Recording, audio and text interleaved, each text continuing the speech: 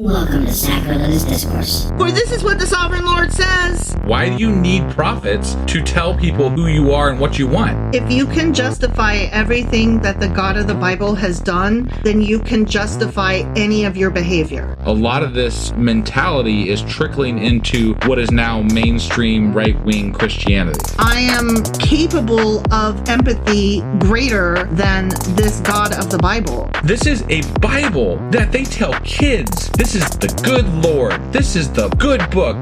He is fantasizing about murder, mass murder. Head over to sacrilegiousdiscourse.com right now to find out how to leave us a review or support us on Patreon. Husband! Wife! Do you know what we're doing today? Well, last time we read a regular episode, which we're doing this before we've actually finished the Q&A, so I don't know what the Q&A has in it. But the last time we read a regular episode, it was Matthew chapter 22. That is correct. Yeah, and in that chapter, we had an invitation to a wedding, maybe? Yeah, but the wedding was like a banquet and sure. And then nobody no one came. And then it got weird from there. Didn't it? It did. Yeah. Yeah. Because then the king was like, I'll show you who's not coming. And then he killed people. Right. Yeah. And then he was like, all right, go invite all the street people, I guess. And then the street people showed up. But then he was like, ooh, but not you, though. Because the one guy wasn't dressed. And then he threw that person out to die.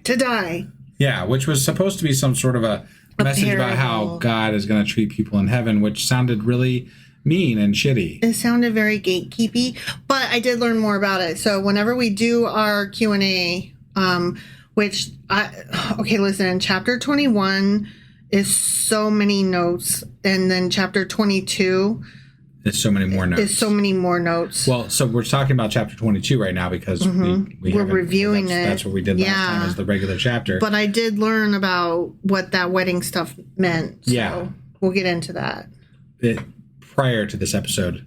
Yeah. In the Q&A that we've already done in our regular run. Okay, I see what you're saying because we're recording these these out of order, so, and I'm no good at that. And just forget everything the wife just said. I am listen. Because you already know it because we already did the Q&A. Right. Once you've heard this. I'm so out of order. I can't do it. I can't hold that in my head. Anyway. So there's a saying that I didn't realize was as big of a saying as it is. In chapter 22, it says, "Give to Caesar what is Caesar's." Little Caesars? No. Pizza. There might be a better way of saying it, like the KJV version or something. But anyway, something unto Caesar, whatever. Let God have. Let Caesar have what's Caesar's and let God have what's God's or something like that. Right. But when we heard it, we're like, this is supposed to be really phenomenal, whatever. And we're supposed to be impressed by this. But it basically sounded like pay taxes to the Romans and then give God some shit. Yeah. And we're like, okay. Because they were like, are you going to pay taxes or not? And then he was like, yes, but in a different fancy crybaby way. Right. And I had we're doing our live Discord tonight also. So, but Fern just told us it's render unto Caesar that which is Caesar's. Hey, Fern knows everything that we always fuck up. And that is so cool. And you could too by joining us live on our Discord, 10 p.m. Eastern every Tuesday night. And you might know almost as much as Fern does, but it's possible. I doubt it because Fern's kind of fucking brilliant. But you should come show off how smart you are, like husband just said, in our Discord every Tuesday at 10 p.m. Eastern. Yeah, so that is the Matthew chapter 22. Sure as fuck was. Which means that today we're going to be reading... Little Maddie chapter 23. All right, let's do this. Okie dokie.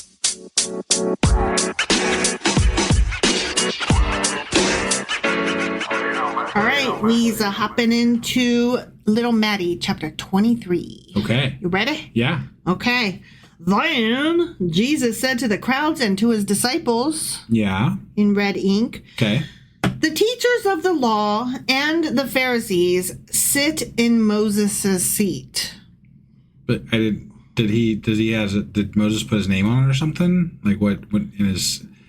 I'm just like. But didn't they just claim, like, earlier in Matthew? Didn't they claim that what the fuck is his name? The Baptist guy.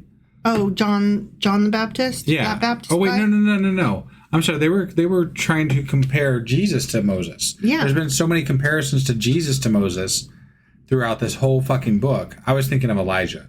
But that was John the Baptist. Yeah. But they've been comparing Jesus to Moses throughout this whole fucking book, and now they have the audacity to say that these people are sitting in Moses' seat. Like, y'all are trying to claim Moses shit, and none of you are different. So whatever. I'm sorry. I'm interrupting too quickly, but I'm like, how are you going to sit here and bitch about the same thing you're doing? Right. The very audacity. Right. All right, so he's like, the teachers of the law and the Pharisees sit in Moses' seat. So you must be careful to do everything they tell you, but do not do what they do, for they do not practice what they preach. They ain't Moses incorrectly. You don't know how, do you even, Moses? Look, I did not know that practice what you preach was actually in the Bible. That's funny. And I also... did not know that do as I say, not as I do. I did not know that also was in the Bible. That's funny to me. Right. Yeah. So he's saying these people, they got the right rules, but they don't actually do the rules. And I'm like, you are really one to speak. They don't do the Moses. I'm just like, they ain't Moses. Jesus. Right. They don't got the right Moses. Jesus. Juju stuff. Jesus. Come on. That was probably. Just realized I said juju with regard to Moses. Sorry, that was not intentional. Just for the record, that was. Wow! You suck. Sorry. All right. So, anyways. Yeah. He's dumb. He continues. They tie up heavy, cumbersome loads and put them on other people's shoulders, but they themselves are not willing to lift a finger to move them. Everything they do is done for people to see. They make their phylacteries wide and the tassels on their garments long. They love the place of honor at banquets and the most important seats in the synagogues. They love to be greeted. This sounds like every Christian, right? all the churches. I mean, but like in reality, Jesus is drawing quite a bit of attention himself for doing some crazy ass shit. Listen, this whole book is about you, right? Like you just have audacity. Yeah. They love to be greeted with respect in the marketplaces and to be called rabbi by others. You mean like our landlord at that one house, Pastor? Yeah. I won't say his name, but no. But that was his name, was Pastor Blank.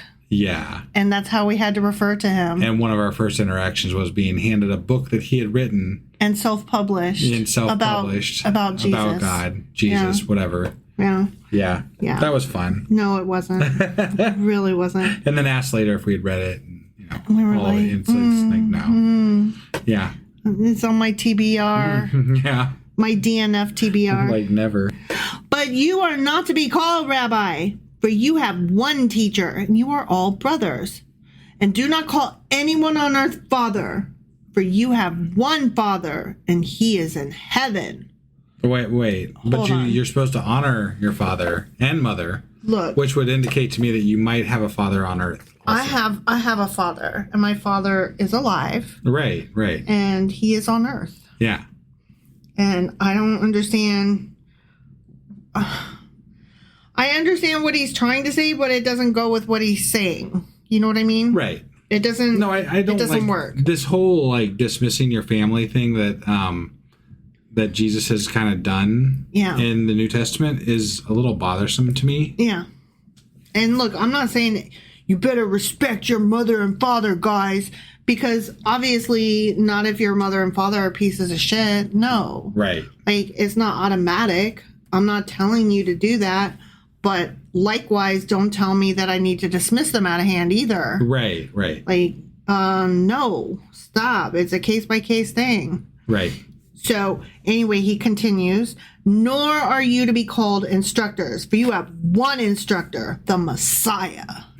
Oh, damn. He's like, I'm the bitch. Yeah. But so this has gone really off the rails, right? Like, he started off Matthew started off with like him being humble around John the Baptist, and then it's progressively gotten to the point where he's like, I'm the shit, motherfuckers. Yeah. You need to listen to my ass, because look, I am the Son of God, and fuck y'all. I'm the Messiah, assholes. Mic drop, bitch.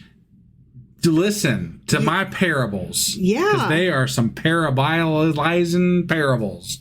I don't know what I was saying. I was trying to come up with something there. It didn't work. They were parabolic. That was a complete fail. Parasitism. Sure, yeah. The greatest among you will be your servant. For those who exalt themselves will be humbled, and those who humble themselves will be exalted. Okay. The Frenches will be fried, and the fried will be Frenches. And I will drown them all either in ketchup or in vinegar and salt, depending on which country I'm in. Right. And I had a Scottish friend who ate French fries with vinegar and salt. And they were so good, so good. Yeah. Okay, anyway, he continues. Right. Woe to you, teachers of the law and Pharisees, you fucking hypocrites. You shut the door of the kingdom of heaven in people's faces.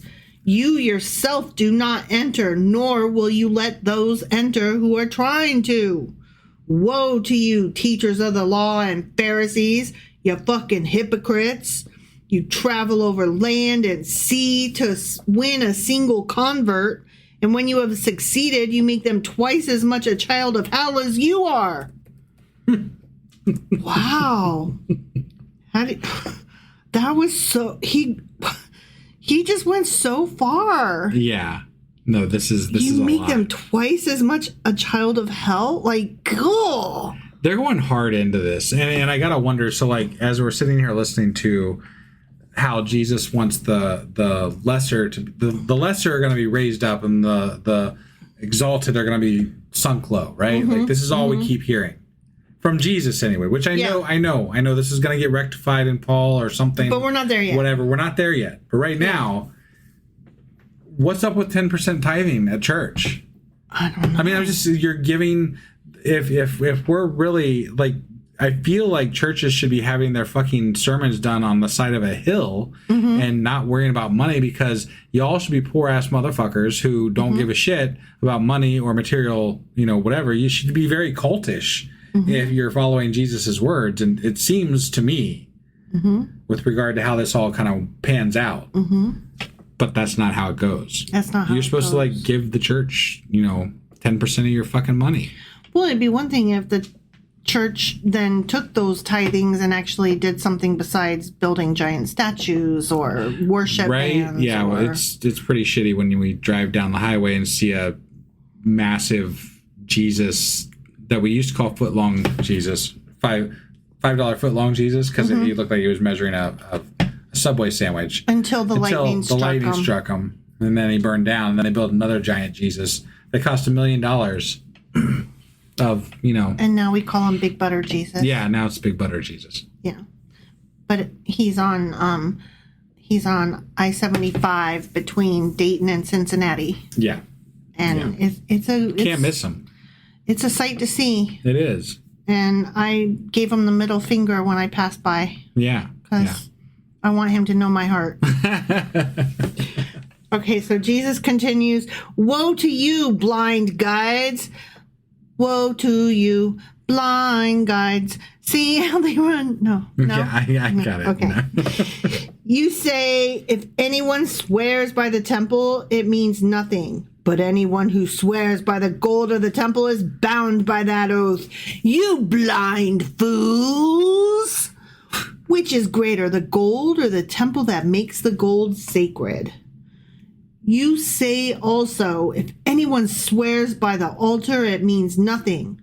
But anyone who swears by the gift on the altar is bound by that oath. You blind men! Which is greater, the gift or the altar that makes the gift sacred? Yeah, this is all going to be Q&A because what the fuck are we even talking about here? I mean, this goes back to the humbleness, I think, because he's saying Jesus is claiming that they're worshiping the money and the gifts, and I think with the idea that the people that are running these synagogues or these places of worship are putting more emphasis on the gifts than they are on the worship itself. Which, again, there's a lot of crosstalk between groups at this point in time. Yeah. And we're only getting one side, but even with that one side, we can tell that the Sadducees and the Pharisees definitely have some opinions back the other way as well. Yeah.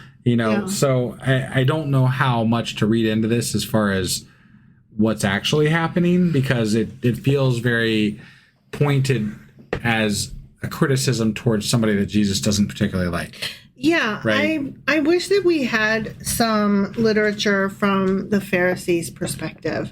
I would love to hear them eviscerate this guy and tell us, like, this motherfucker right here, It would be interesting to read about the Jewish take on the whole Jesus incident. Yeah. The incident. We refer to it as the incident.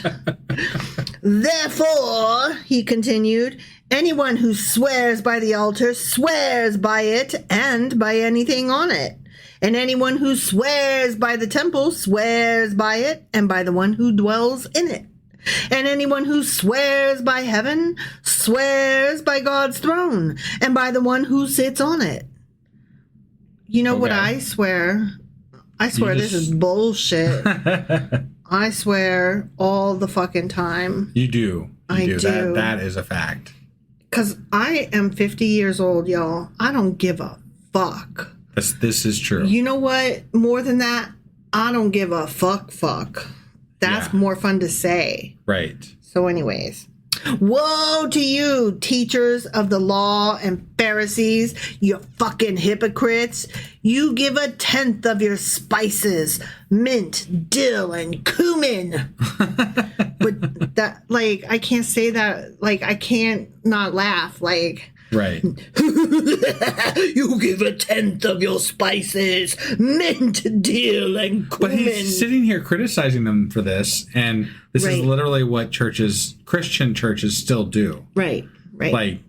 This is kind of crazy. It is funny. It's amazing to me how little Jesus's read actual fucking words matter to Christians today, apparently. Right. This is so absurd. Right. But, he continued, you have neglected the more important matters of the law, justice, mercy, and faithfulness, and also the Care Bear stare. You should have practiced the latter, the Care Bear stare, the faithfulness, without neglecting the former. You blind guides! You strain out a gnat, but swallow a camel. Oh, it's more of the impossibleness. Wow. Woe to you, teachers of the law and Pharisees, you hypocrites. You clean the outside of the cup and dish, but inside they are full of greed and self-indulgence. Blind Pharisees! First, clean the inside of the cup and dish, and then the outside also will be clean. Oh, good. We get cleaning instructions, too. Wash the dishes. That's awesome. Yeah. You never help me wash the dishes. We have a dishwasher. I know. which you bought for me, and then when it broke, I said, I need a new one, and you immediately replaced it, and I love you for that. Yeah. Thank you. And also, I have a job, and a money earning one. There's that too. I have a doing the dishes at home job. I just didn't want people to think that I don't do the dishes. No, I don't. It's not like that. You don't know where anything goes. I don't want you in there anyways. Right. You would fuck it all up because I'm not like the breadwinner on purpose. It just so happens that I am. Right. No, my favorite thing is when we were both working full time and no, listen. I love this story. You actively made more money than I did, but you also paid for medical insurance and all that good stuff.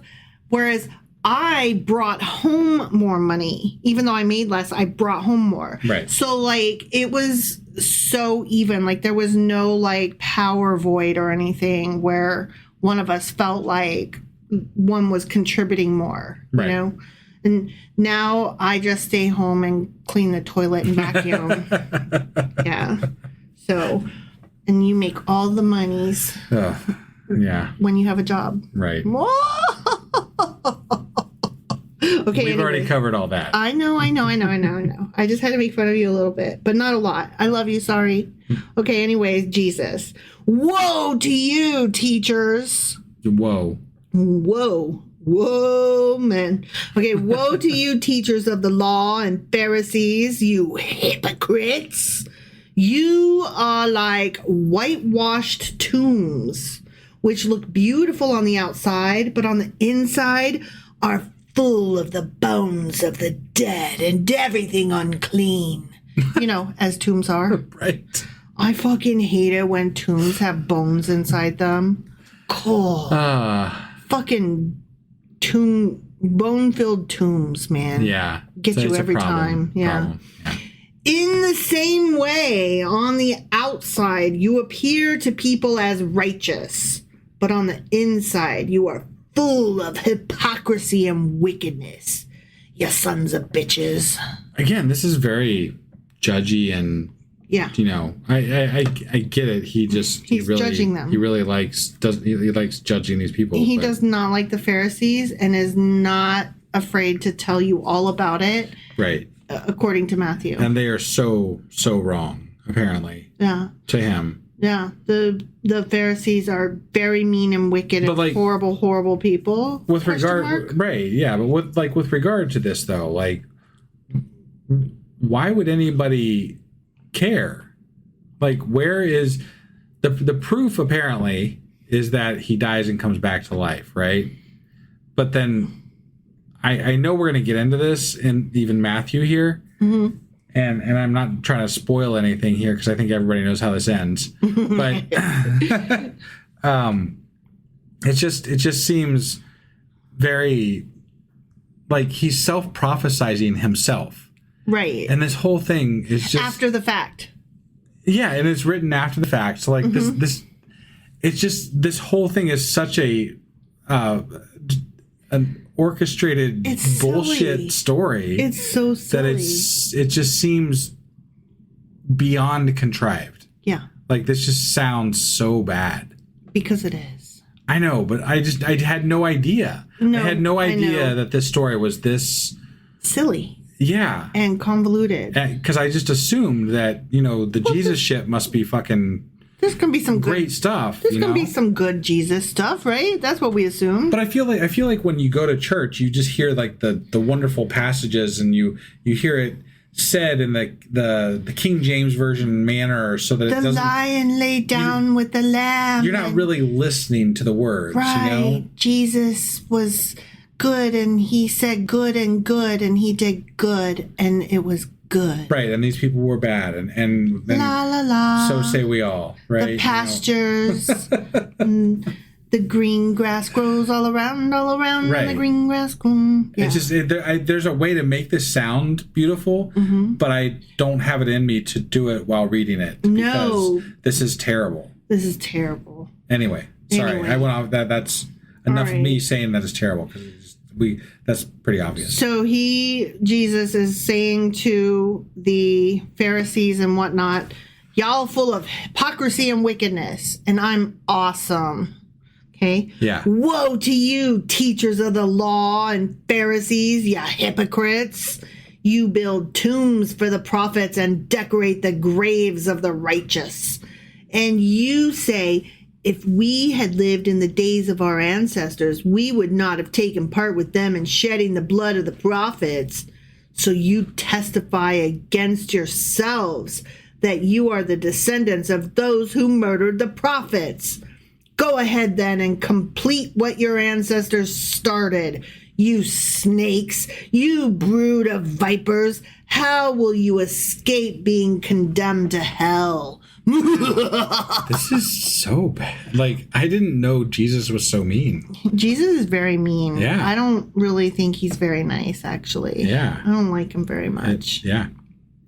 Therefore, continued the dude, I am sending you prophets and sages and teachers. Some of them you will kill and crucify. Okay? Oh, okay. Others you will flog in your synagogues and pursue from town to town. I really like flog in your synagogue, flog in your synagogue, flog in... Like, it rhymes. It's good. I didn't know what you were doing. He said you're going to flog in your synagogue. Okay. Yeah. Yeah. It rhymed, and it was fun to say. Sure. And pursue from town to town. Okay. And so upon you will come all the righteous blood that has been shed on earth, from the blood of righteous Abel to the blood of Zechariah, son of Berechiah, whom you murdered between the temple and the altar.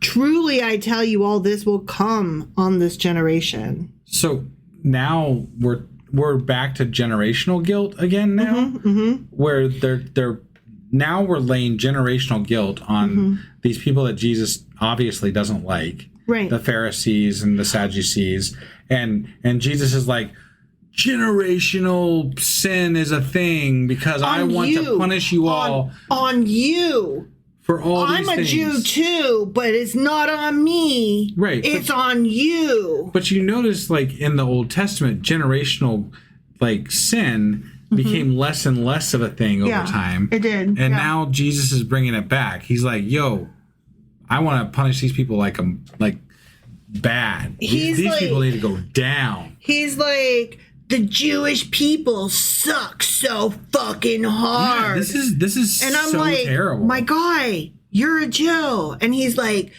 but not today. I feel like he was a Jew up until about chapter 16 or 17. Yeah. And then he switched to full on like antisemitism. And Right? like now we're on this fucking rampage of righteousness against Jewish people, which I'm like, I'm not really here for. You know, like this is crazy. It doesn't feel good. Like he's not saying I'm a different type of Jew and we're gonna do this kind of Judaism. Right. He's like, no, you guys, you Judaism rule following, non-rule follower, bad Jews are bad. And you killed all the prophets and whatever. And the blood is on you. And I'm like, oh, so you like, okay, when I study it, like there's always like, you know, he was a Jewish, these were just different sects of Judaism. Right. Like, don't forget, Christianity hadn't been invented yet. This was and I'm like, I hear you, but this chapter right here reads very much like, I know where I'm going and I'm no longer part of you because the blood is on you, not me. What? Right. What? It feels very, no, I already decided. Right. Well, and look, I'm going to say this. So, you know, if we're taking this from the point of view that he truly is Jesus, right? And there's terrible things happening in these things. Like if we're trying to put ourselves in that place where this is a real story, which I'm not. Right. Okay, God is real. This Jesus guy, he's the son of God, and he's magical and did magic powers with his Care Bear stare. Sure. And now he's like... But okay. Sure. Okay. So let's just assume that. Sure. But we're talking about there's a God and then there's Jesus. And we know God can harden hearts and change people's hearts and do all these things.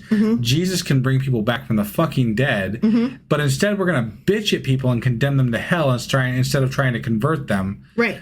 And we're gonna fuck with them so hard as to just not give a shit and condemn them all to hell for generational sins because we don't like them. Like this doesn't feel good to me. It doesn't feel feel moral. Right. It doesn't feel ethical, moral, just. It doesn't feel like all of the qualities that I espouse. It doesn't feel all of the... It doesn't feel like the qualities that people espouse, like that people give to Jesus. Right.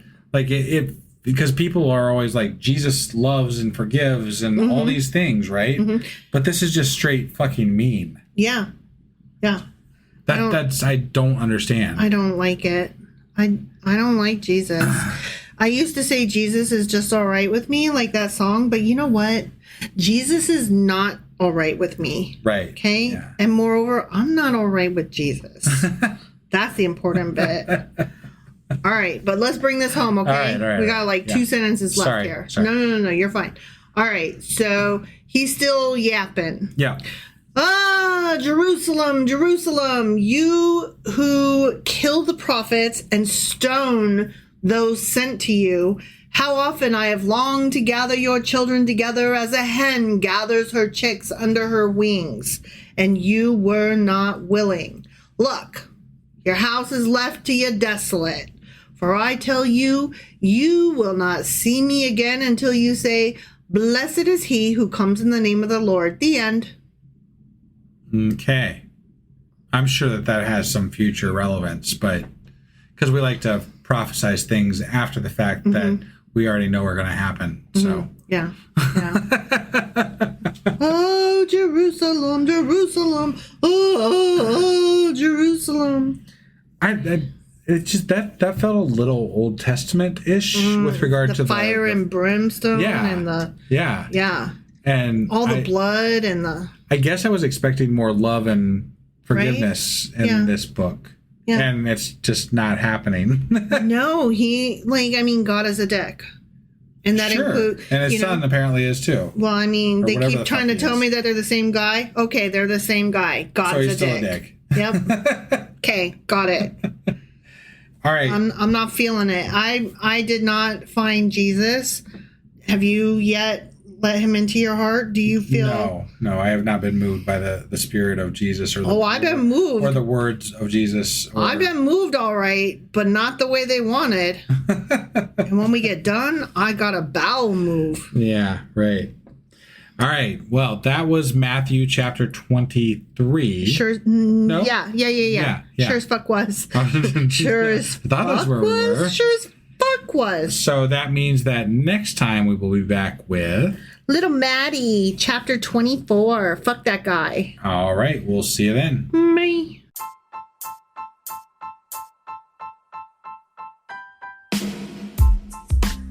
Hey, wife. I guess that's the end? But husband, that's just sad. It doesn't have to be. We are on lots of social media platforms like Twitter. Our handle there is sacrilegious_D. For D's nuts. Oh my God. Stop doing that. Anyway, we're also on Facebook, Instagram, and Pinterest. There's a link to all of our social media sites at our website. Ooh, we have a website? Yeah, it's sacrilegiousdiscourse.com, where you can also find a link to our merch shop. We have a merch shop? Yep, we have podcast-themed clothing, mugs, notebooks, and more, as well as an atheist and science-themed products. Wow, our fans should really go check that out right now. Definitely. They can get in touch with us by sending an email to sacrilegiousdiscourse@gmail.com. But before they do that, we could really use some help. Oh yeah? With what? Well, it's not free running the podcast, and we need some financial support in order to get better equipment, which will free up time so we can concentrate on our podcast and our fans. Okay, so what should they do? Head over to patreon.com/sacrilegiousdiscourse and sign up as a contributor on our podcast. Supporters there receive additional bi-weekly episodes that we record just for our Patreon members for as little as $2 a month. Also, we'd really appreciate it if you would like and subscribe on whatever platform you're using. And Apple Podcast reviews help us out tremendously. Like and subscribe. Leave an Apple review. Join us on Twitter. Support us on Patreon. That's a lot of instructions. Don't forget to say thanks. Thanks. Okay, bye.